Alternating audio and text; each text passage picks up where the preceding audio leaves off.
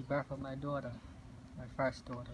Um, she came into my life, and at the moment I was caught up in street life, running the streets, and living a life that was not only detrimental to myself, but detrimental to my sisters, my brothers, my mothers, my fathers, and society as a whole.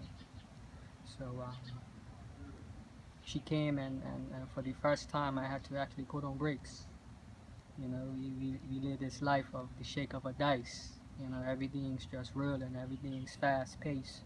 You know, in the midst of this fast living, we never get to see the things on the side of the road that's placed there for us, um, to better and enhance our present state. Now, I mean, you have so many people in your age group who love the street life. Um, what do you say to those who think that their boys have their back unconditionally? First of all, foremost, right? Out of 10 of your friends, there's only gonna be one, maybe two, that's gonna ride for you like you ride for them. And even in that situation, it may not even be to the degree that you would ride for them that they'll ride for you, and vice versa. You know what I mean? Because at the end of the day, we all have to deal with our own rounds, our own space. When we go home to ourselves, that's who we're with, ourselves. So certain things, you know, certain things is really a lie.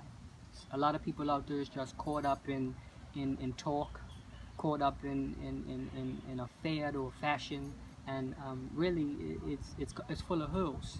You know, I learned from firsthand experience that many people say that they got your back, and when things happen, that we'll fight together and ride together.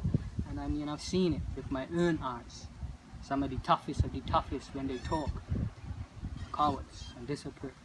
So I would tell you, any of my brothers out there, start to focus on yourself. Start to understand what you have to offer yourself, first of all.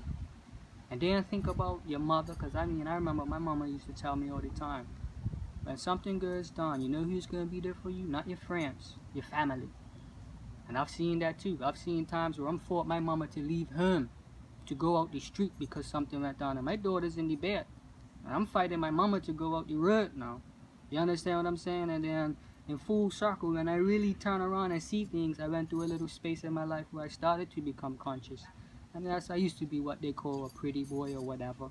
So I looked a different way. And then I just started not to really care about certain things because my mind was on different things. And the amount of people that used to be my so-called friends, just off of that, started to distance themselves from me. So, I mean, it's a fickle world out there. You know what I mean? And it doesn't have your best interest at heart.